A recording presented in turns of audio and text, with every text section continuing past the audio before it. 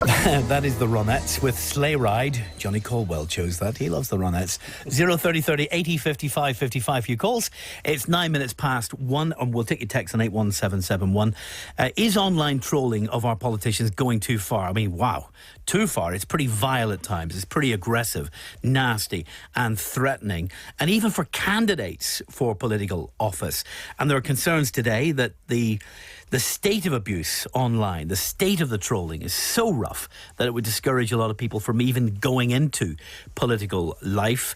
Recently, the Committee on Standards in Public Life was asked by Theresa May to investigate a wave of abuse against political candidates and members of Parliament. They said that Facebook and Twitter are not going far enough to clean up the torrents of hate on their sites. We're joined by Kellie Armstrong, Alliance Party MLA, and David McCann, Dr. David McCann, Slugger O'Toole's political editor. Well, you know you're not. You're the deputy editor, aren't you? Sorry, I promoted you there. Dr. Kevin Curran's also with us, Professor of Cybersecurity at Ulster University. Hi, Kevin. Good afternoon to you, sir.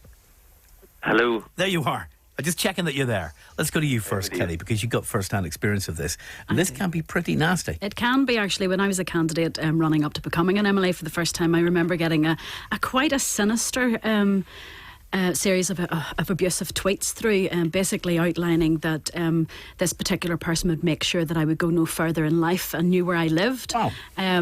Since being a politician, of course, as you know, I've spoken on your programme before about miscarriage. The abuse that I get on that is just unbelievable, to the extent that I've had to go to the police because of some of the very hateful and vile comments and photographs that are sent through.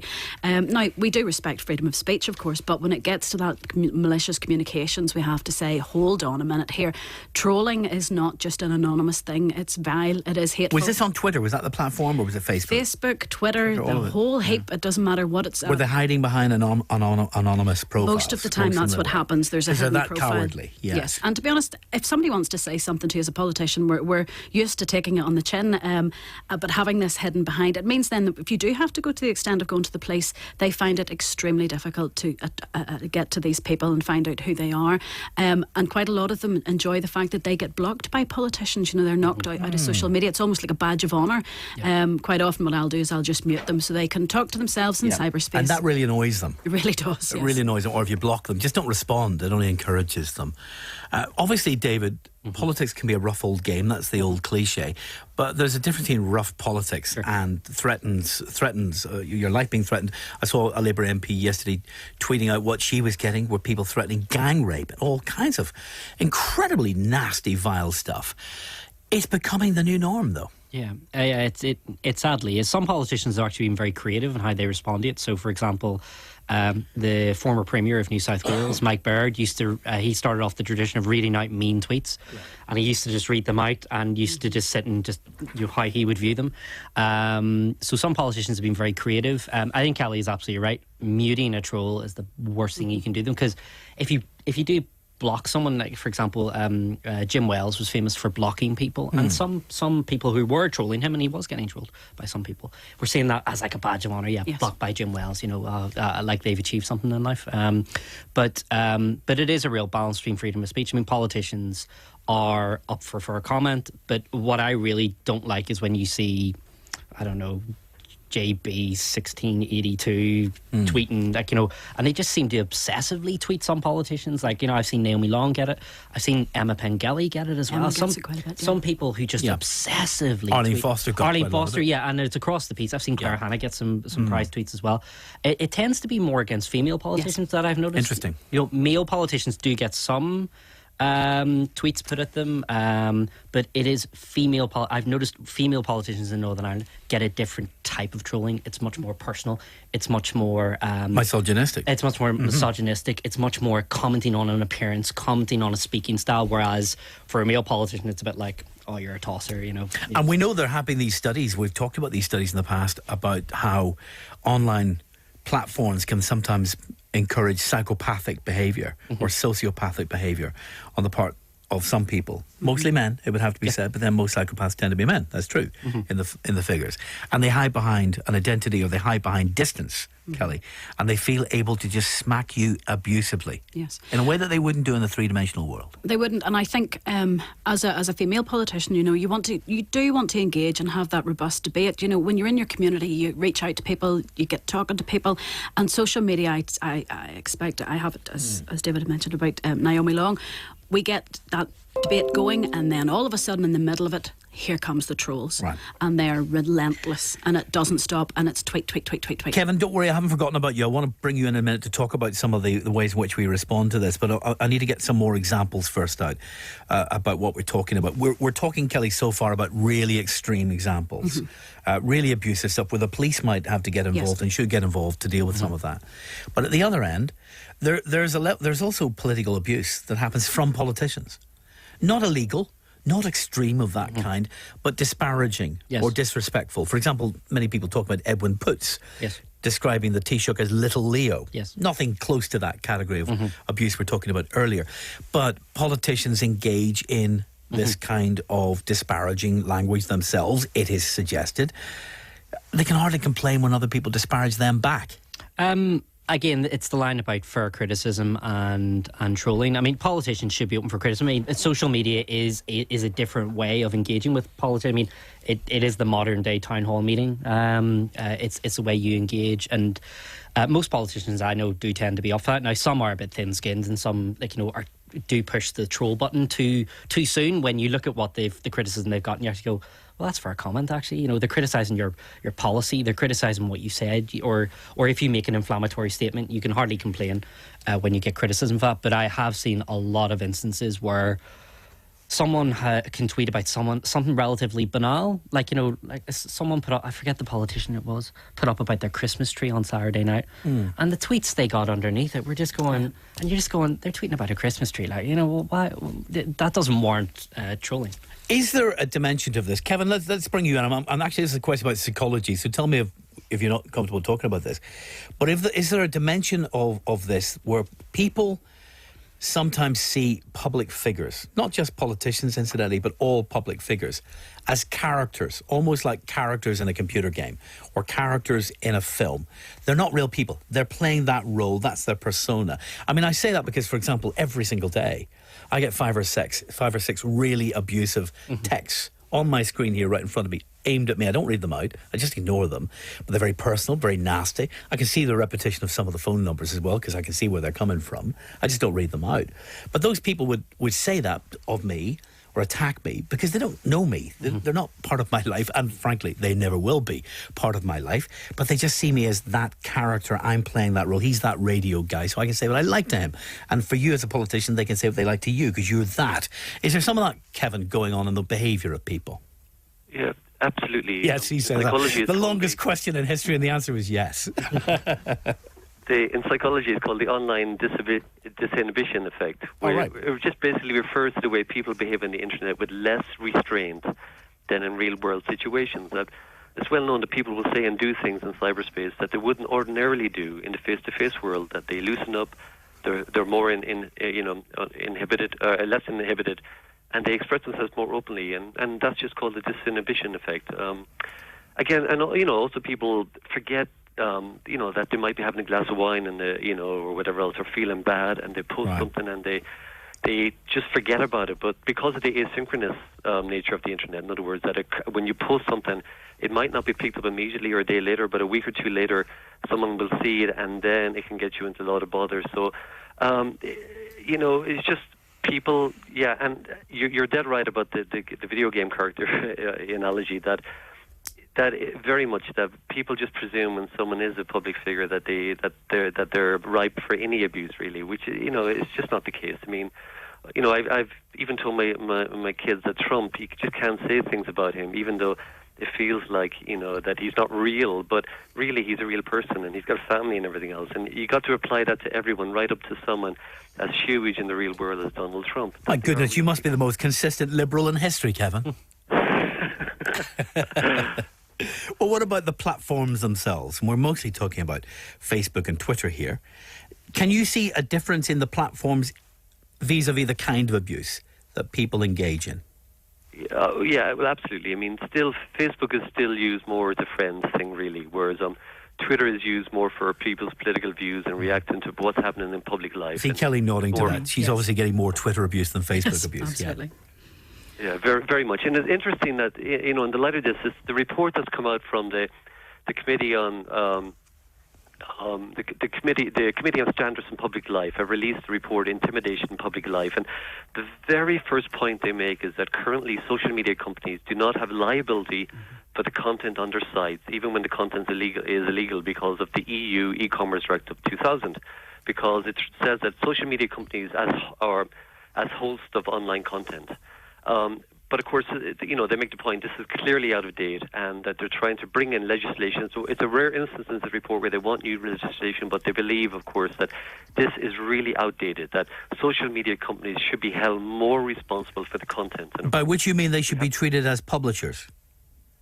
Very much so, and that they should be liable for content there, and that the rules should be transparent, and we need to know what they do to take it down, and we need to know how many people are involved in this, and they really shouldn't be able to hide behind an old legislation, really. And we just got to put the onus back on them, and we're not trying to stop any innovation in tech companies or whatever else, but they've reached this pinnacle and core central being of our modern lives, and we have to be seen to be doing something to be able to just protect public figures, but also the public in general, anyone who's on social media. Which means that we should treat Facebook and Twitter the way we treat what we're doing right now on the radio or in a newspaper. If someone says something defamatory on this programme right now, I need to challenge that and take that person off. Otherwise, I, the BBC, and that person will be liable to defamation, Kevin. But the argument against that from Twitter is that they're taking, 2.5 million accounts down every single day, they tell us. They said this week anyway. They're doing what they can, and they want to be a free speech platform. Is this not an assault on free speech? There's no clear... they're going to get opponents on the other side as well saying that, well, why should Facebook or Twitter be the censors of global communications, really? But yet, they had revenues last year of 26 billion. And really their whole business model is to sell us ads and to keep us engaged on their platform, keep us inside the walled garden. They only make their money from ads. So therefore, it's in their interest to keep us there, to keep everything up, to keep posts up which are horrendous in real life. And we could sit here and give examples all day long about examples. The Facebook's internal rules document was leaked last year. And there is example after example that would really make your blood boil. Even things where animal abuse is still allowed online, but you just mark it with a disturbing message. I mean, who on earth signed that off? So, that's why we have to do something again. We have to really hold them more accountable than they are at this moment, because really they can afford to hire more people to police. And of course, the report does say that we need to bring an automated tool that will be, because we do know that there is a huge amount. There's 1.9 billion Facebook users alone. Twitter alone has 500 million tweets per day. So I'm not expecting any organization to be able to police them instantly. But really, tell us how many you have. What are you doing? How many reports have you? How many abuse Facebook posts, Twitter tweets have you taken down last year in the UK? And the report goes for that as well. So really, that's not unfair for us to ask for that transparency. All right. One person texting into the programme says, we've got to ban social media so we can get more snowflakes elected. Well, there you are. Thank you very much for paying attention, by the way. I haven't heard anybody in this conversation talking about banning social media. But he's suggesting, Kellie, that there's an assault on free speech, perhaps, buried in this. I would turn it around. It's not an assault on free speech, but whenever, for instance, I report a tweet, I would like to know why they're not going to take it down, or why they're not going to do anything about it. Or if I report something to Facebook and they say it's not against, it's not their community rules. So they get the sometimes wonder what you'd have to do to be against their community rules. Exactly. So what I would like to see Facebook and Twitter do is to prove to the public exactly what they are doing when there are complaints going through. If there's so many people using these platforms, why are they not listening to their customer base? So what can they do to help us and to protect us a bit more? And also, I think they should be able to work closer with the police to enable the police to investigate. David, do you report stuff sometimes on Twitter or Facebook and say this is absolutely... Oh, sometimes, yeah. And do you see action? No, you report it and then it goes into a void. So, for example, on Slugger, we've got a very vibrant comment section. We've got a very tight algorithm. So the stuff that does not get through, you should see the stuff that just does not get through. But if something does slip through the net and someone flags it and reports it to us, it's we have a simple rule on the site: play the ball, not the man stroke woman. But you regard yourself, as you should do, as a publisher. You're not pretending not to be a publisher. So but we will take action on that if someone comes to us, and we have, or you're liable. And and people do come to us, and we take action, and we get the IP address, and we ban that person from commenting on the site again. But most trolls are very persistent. This is the thing. Most trolls do find a way of coming back. And there was someone a few months ago, I kid you not, set up 9 different accounts, personalities, to come back on to comment on the same point. We had to ban him 9 times before they got the end. 9 times, 9 different accounts. That's how persistent some of these people are. Stuart's in Clocker. How are you doing, Stuart? Good afternoon, William, and hope you're well. I'm doing well. Everyone in the team, the top team, the top team, yeah. Talkback. You were right the first time, don't worry about it. I was reading a magazine there, the Team Talk. Sorry, I said it again. The Team Talk magazine, I've got behind here. Just to wish you all happy Christmas from to Talkback. Thank you. That's an antidote to trolling. Thank you very much. Yeah. Listen, I just want to say one thing here, and I want to make it quick.